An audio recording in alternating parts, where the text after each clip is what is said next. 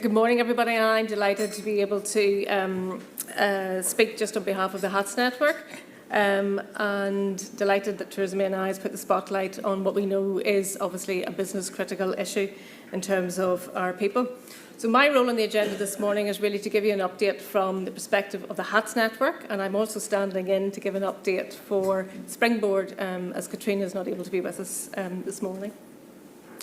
So just by way of introductions, hopefully most of you within the room are familiar with HATS, but Hospitality and Tourism Skills Network is a network which formed pre-COVID. It's employer-led. It's led by Kieran O'Neill, who's the chair, who's with us here this morning as well.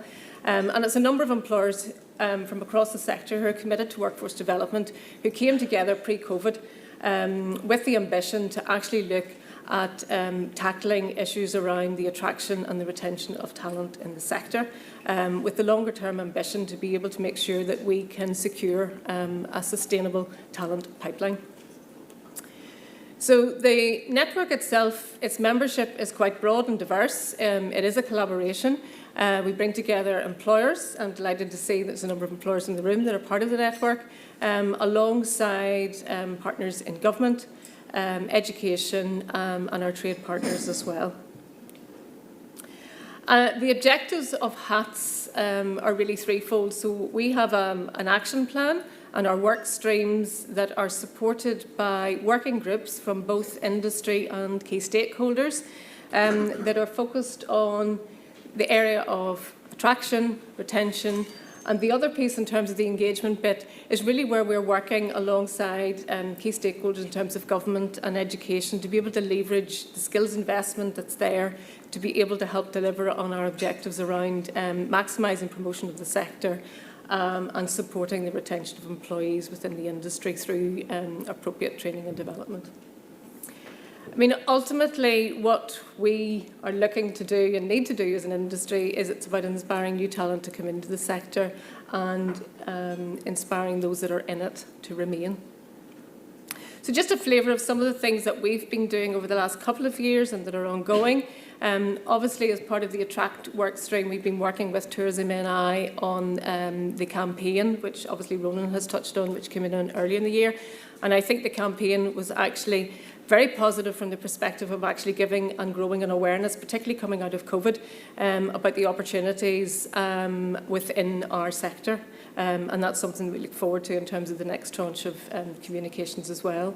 We've also been signposting in terms of producing, I suppose, practical supports for employers in terms of guides to recruitment support. We've been working with the Northern Ireland Careers Service to help with the production of a new sector bulletin so that the information about our industry, the career pathways, the testimonials of people working in it is shared with careers advisors, with job brokers and those people who are actually helping to influence people coming into the sector. Just last month we had a sector presence for the first time at the School Summit NI, which was held up in Lisburn.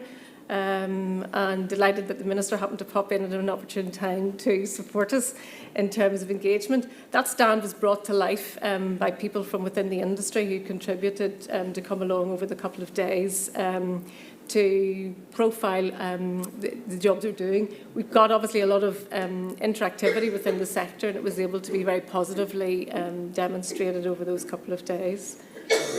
And we've also been running insight events, specifically with job brokers and careers advisors, not just to talk about our industry and the opportunities that are there, but I think more importantly, this piece in terms of actually addressing perceptions. What they wanted to hear is actually how the industry is changing. So actually, what is it that employers are doing differently? How have we adapted post-COVID to actually respond and meet the needs of job seekers? And again, with these insight events, it's people from the industry who've been participating and helping us to deliver that message.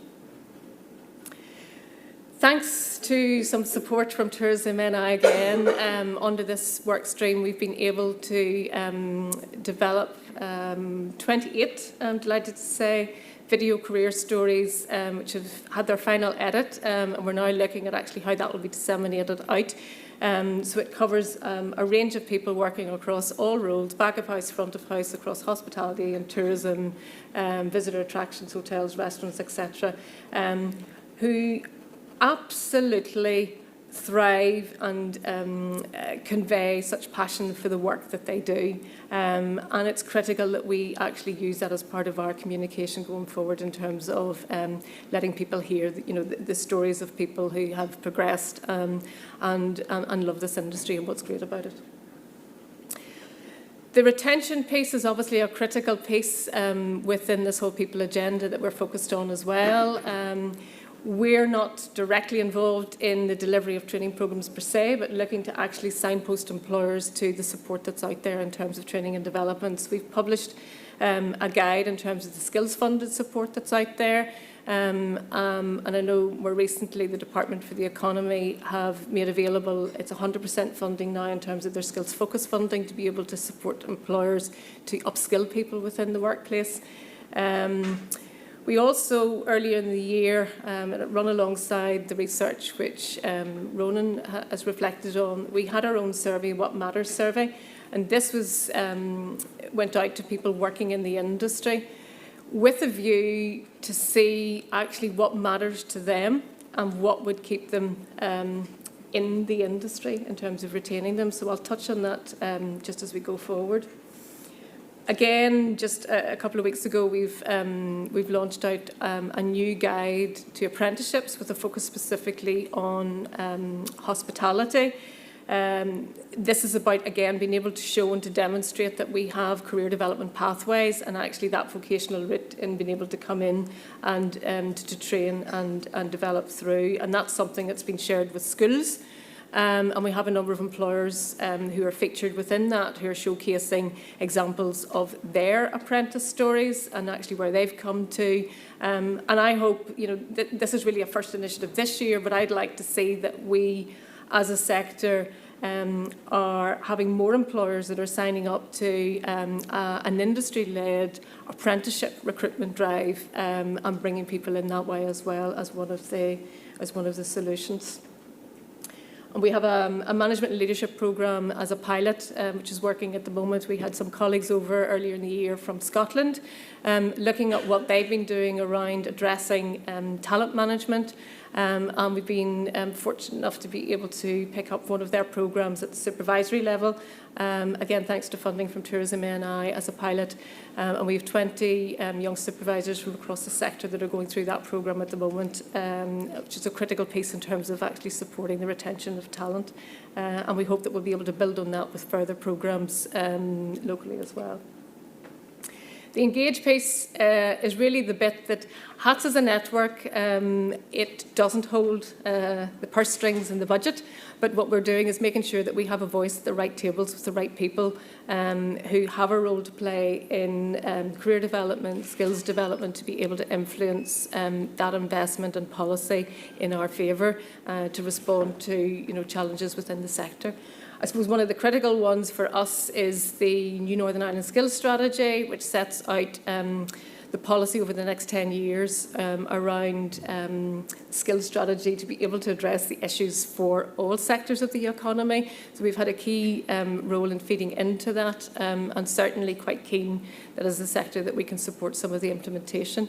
The whole apprenticeship policy piece is another area that we've been feeding into as well, and delighted to see recently that the Minister for the Economy has announced that be early 23, I believe, that there will be changes to all-age apprenticeship funding, so that we're looking at all-age funding for apprenticeships plus 25. Which should be, a real positive for our industry in terms of being able to support the attraction and development of older workers. And it's been something that the sector has been lobbying for some time. So it's music to our ears, but so watch this space. We've also just, as the network had launched a couple of years ago, one of the first initiatives that we set out was basically our hospitality and tourism commitment. And it's a voluntary code of working practices that commits industry to be an employer of choice. Really, the commitment is around sort of three core areas, which is around providing good quality training, the work-life balance, and support, the wider support to people. And it's interesting to note from the research, obviously, that was reflected earlier, that those key themes have come out quite strongly there.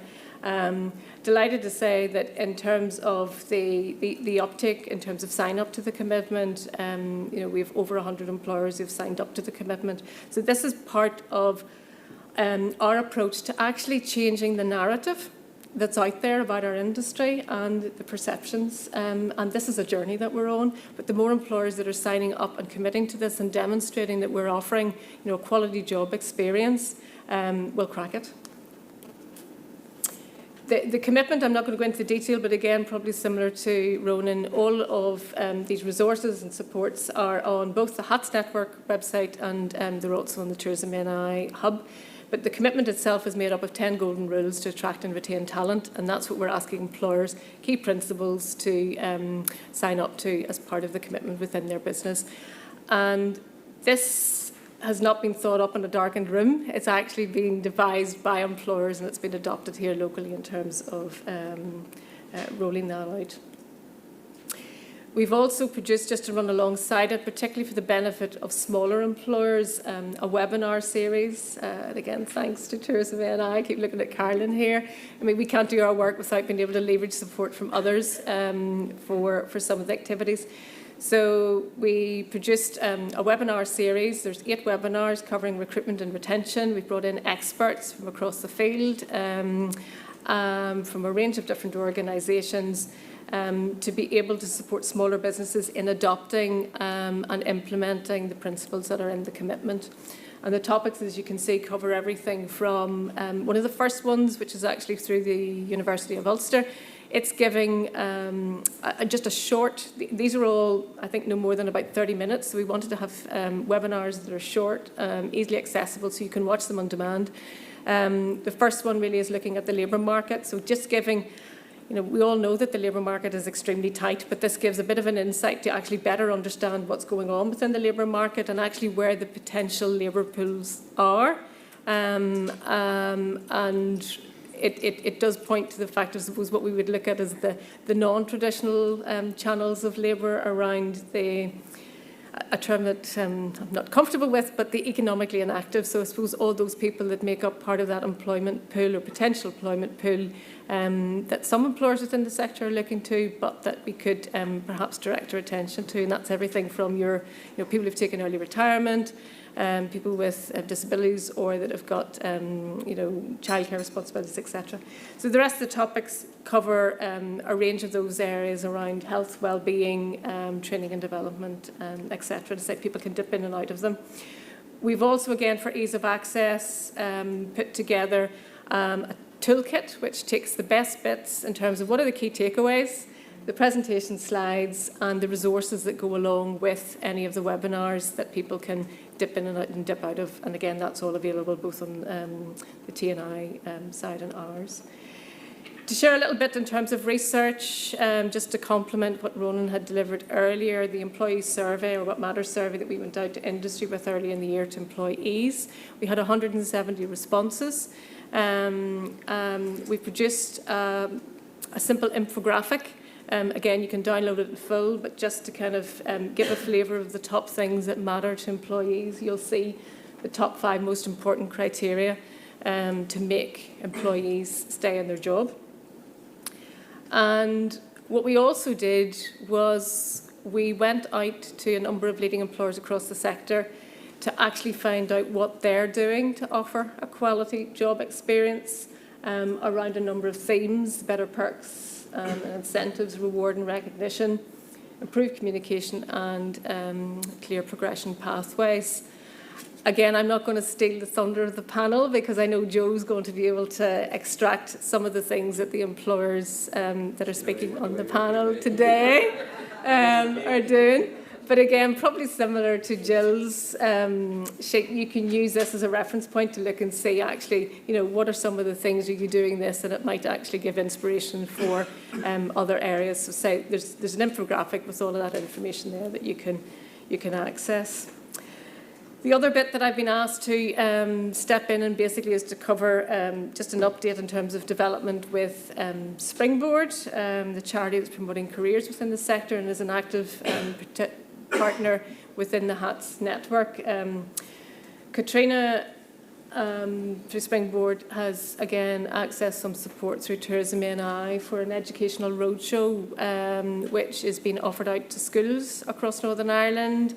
5 council areas. It's happening between January to March. They're in registration process at the minute. I think it's just closing. I think they had a target of about 400 students that they wanted who are in that year 10 to 14 grouping, so they're kind of informing their career choices.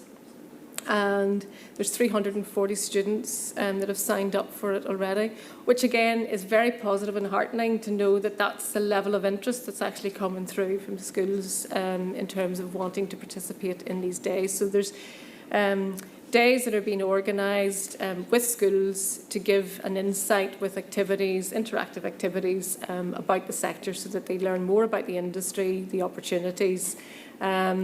And I've included, obviously, Katrina's details here. I think she's secured venues for all of the events that have been running, but that if anybody wants to get involved and contribute by way of talks or presentations, either as part of this or as part of other events, Katrina's details are there and included.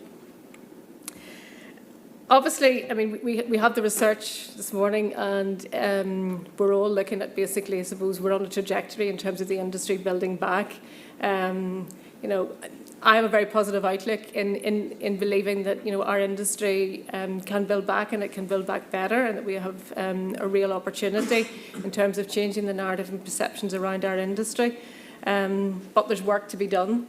And some of the things, just drawing out in terms of some key points that I think would be good recommendations in terms of actions is, if you're not already signed up to the commitment, sign up to implementing the commitment within your business. If you're a partner here that's working with employers and you have a way in terms of being able to promote that through your work and embed it, then please do. The whole focus on upskilling and training our people is critical, and there is funding support that's there to be able to help with that, so access and use that training and support to be able to do that. I would say invest in apprenticeships. It is a pathway particularly ideal for our sector. We've seen people actually develop really well through the industry, coming through the apprenticeship route. And I think with the changes to the all-age apprenticeship funding coming in the new year, that should be a positive development for us as an industry.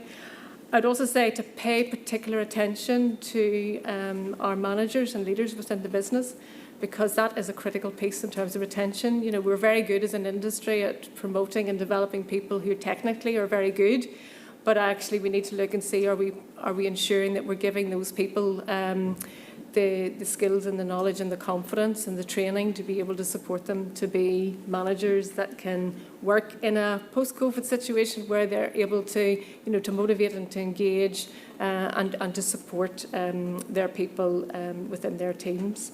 And again, engaging with the education partners and players to be able to develop good work experience opportunities and to promote the sector.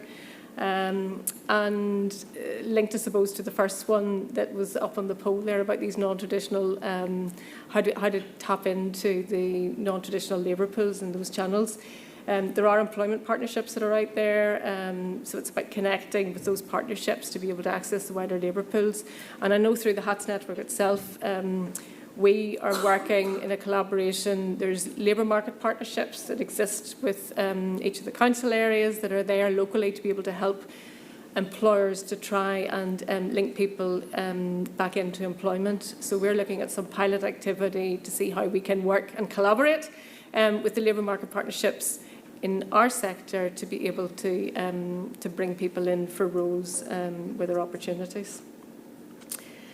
And I think with all of this, I mean, we're building back the reputation of our industry. It is a journey. Collaboration is key.